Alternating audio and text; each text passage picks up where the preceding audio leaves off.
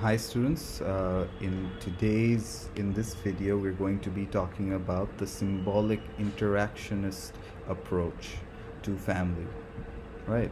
The symbolic interactionist approach to studying family stands in contrast with the functionalist perspective that we spoke about in the last video, right? The functionalist approach emphasized stability and the maintaining of the current social order in society, right? Where uh, the the family and the marriage was supposed to help continue on the specific needs of society as was established previously before. Okay, to help maintain the social order in a particular way, right? Where in the symbolic interactionalism, we emphasize the contextual and subjective nature of things such as family interactions, power relations, power dynamics between members in the family and marriage, and the interpersonal communication that happens within these systems, right? The systems of socialization, these systems uh, of maintaining and grouping together that we maintain in society. We've previously talked about early human cultures where we maintained a certain tribe, right? A certain relationship with the people in society. And slowly we created smaller groups, which is the family members, right? And we maintain and assert a certain kind of relationship with them. And even within that system, there is important factors that we need to look at, right? It needs to be contextual. Each family is not the same.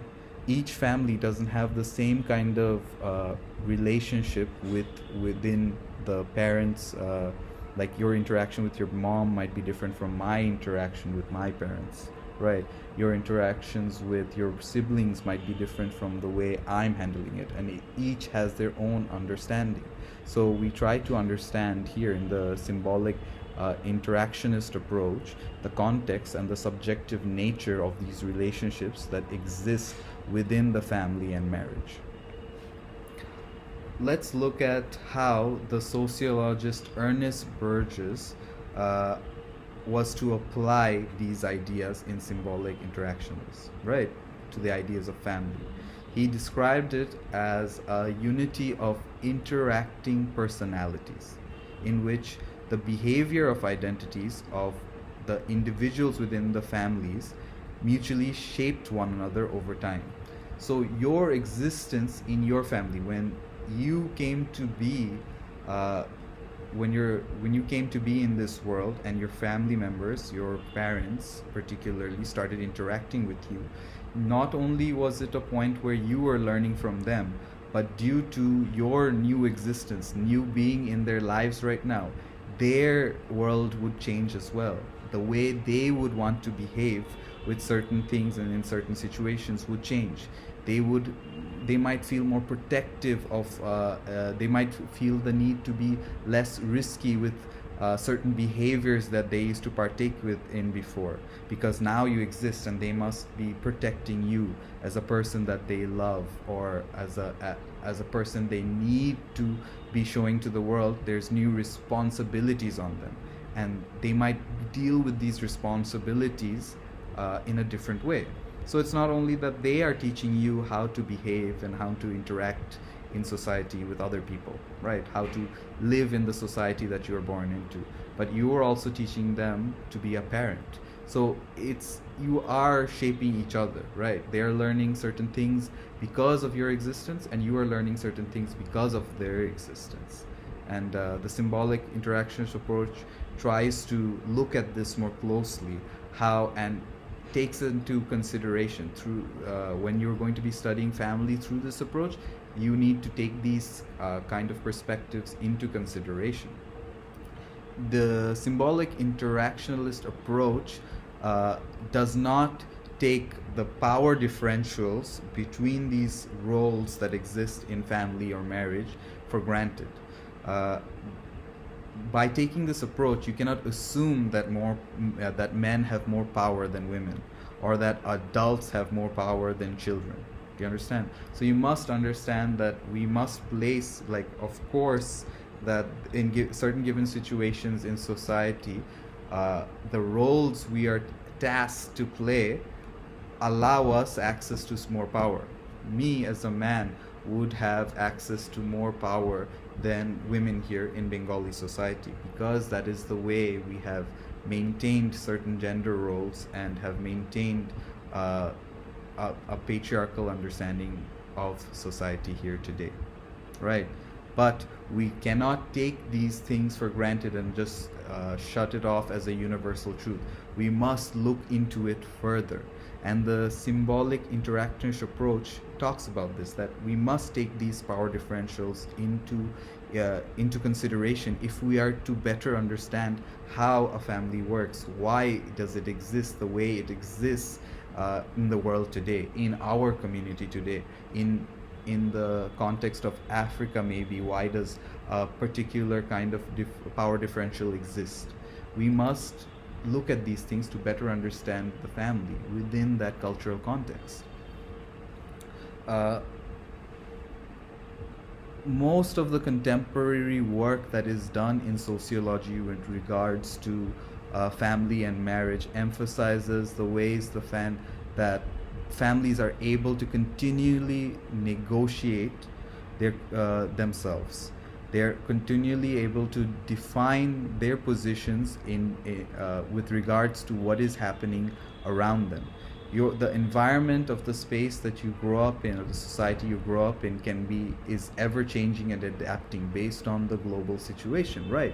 So what was completely normal for your grandparents was not for your parents. And now, if you were to be starting a family of your own through marriage, you would be redefining your roles in that situation too. So it is not always continuous, where the functionalist perspective always kind of puts forward the idea that it is a linear continuation of ideas and thoughts that have been passed down through the generations of families. That is not so the case. The world is ever changing.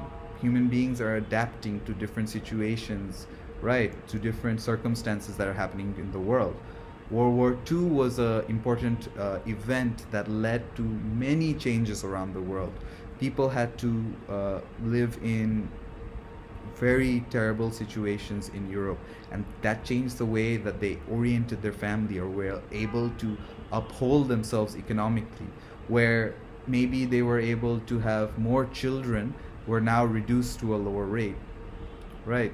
The advent of the law in China forced the Chinese population only to have one child per household, right? Which has recently been changed to two, I believe, right? And these spaces, that is, these particular laws or rules, whether it be legal law or whether it be something based on the circumstance that you are living through, based on the situation of the world that you're living through, is going to be a change in the way that you are defining and understanding the roles within the family, and defining and negotiating your and the other people's role in regards to how you interact with each other.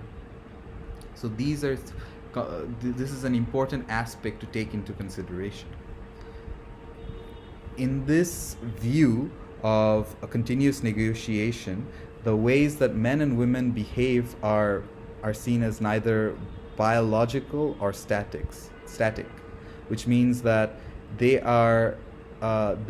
roles are socially constructed based on the social context, what I was talking about, right? The social context that you are part of is ever changing due to the advent of globalization, due to the information available to you right now. Access to the internet allows you access to the ideas that are being perpetuated in different cultures, are informing the way you think about yourself and other people in society, and is then able to shift the way that you are able to define your roles in your family or in your marriage, right?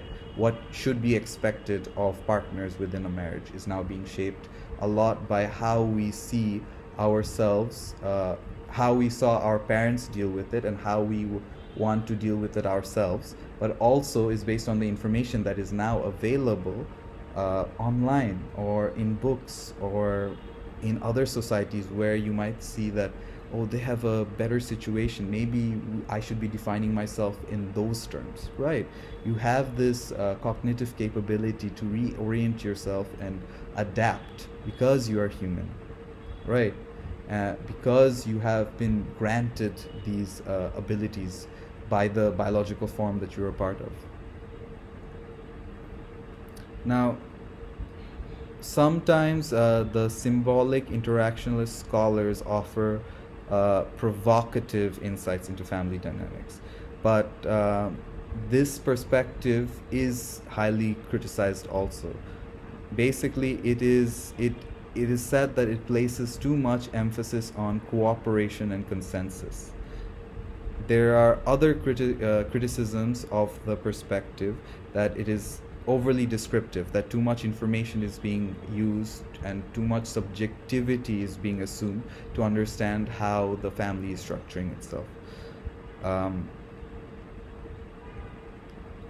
Especially those working in the feminist tradition find fault in the symbolic interactionalist approach, because it gives a lack of attention to the social structure and the embedded gender differences that exist in society, in the gender differences that exist in social and interpersonal power relationships that are in society. And we're going to be talking about these feminist approaches and how feminism was able to shift the way we are able to think about and study family and marriage in the next video. Thank you.